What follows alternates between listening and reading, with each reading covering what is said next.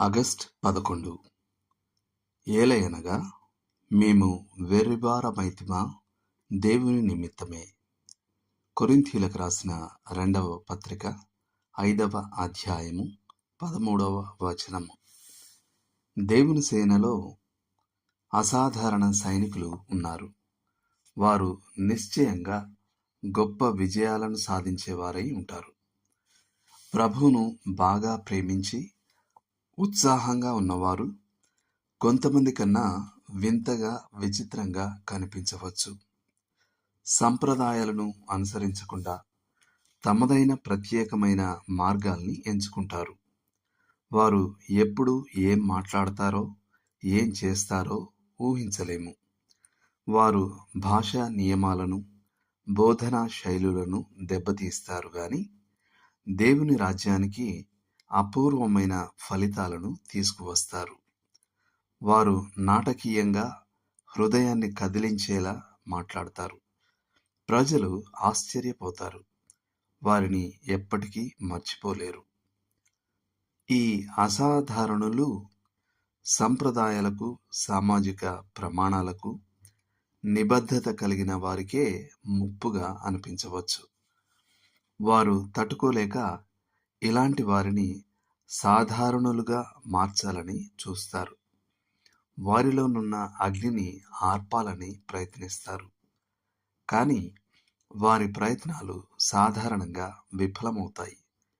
మన ప్రభువు కూడా తమ సమకాలీనులకు విచిత్రంగా కనిపించాడని నమ్మడం మనకు కష్టం. ఆయన కార్యముల పట్ల ఉన్న అధిక ఉత్సాహం వలన ఆయనకు తిండి తినడానికి కూడా సమయం ఉండేది కాదు. ఆయన తల్లి సోదరులు ఆయన మతిస్థిమితం కోల్పోయాడు అని అనుకున్నారు. కానీ నిజానికి యేసే తెలివైనవాడు, ఆయన సోదరుడు కాదు. అపోస్తలుడైన పౌలు కూడా ఇలాగే విచిత్రంగా ఉన్నాడని చెబుతూ ఆయన్ని విమర్శించేవారు. కానీ ఆయన సమాధానం ఏమిటంటే, ఏలయనగా మేము వెర్రివారమైతిమా దేవుని నిమిత్తమే. కొరింథీయులకు రాసిన 2వ పత్రిక 5వ అధ్యాయం 13వ వచనం. ఒక దేవుని సేవకుడు ఉన్నాడు.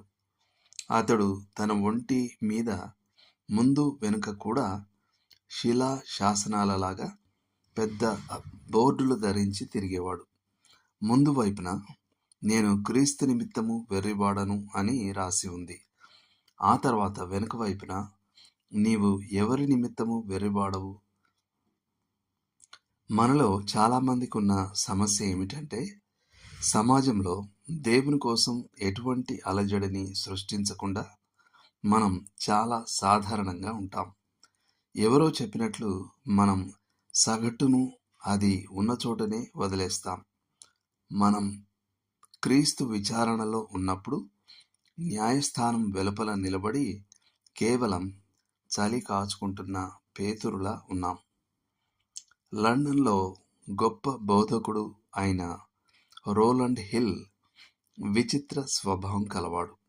అలాగే C T Studd, Billy Bray, W P Nicholson Irish సువార్తికుడు కూడా వారు వేరేలా ఉండుంటే బాగుండేదా?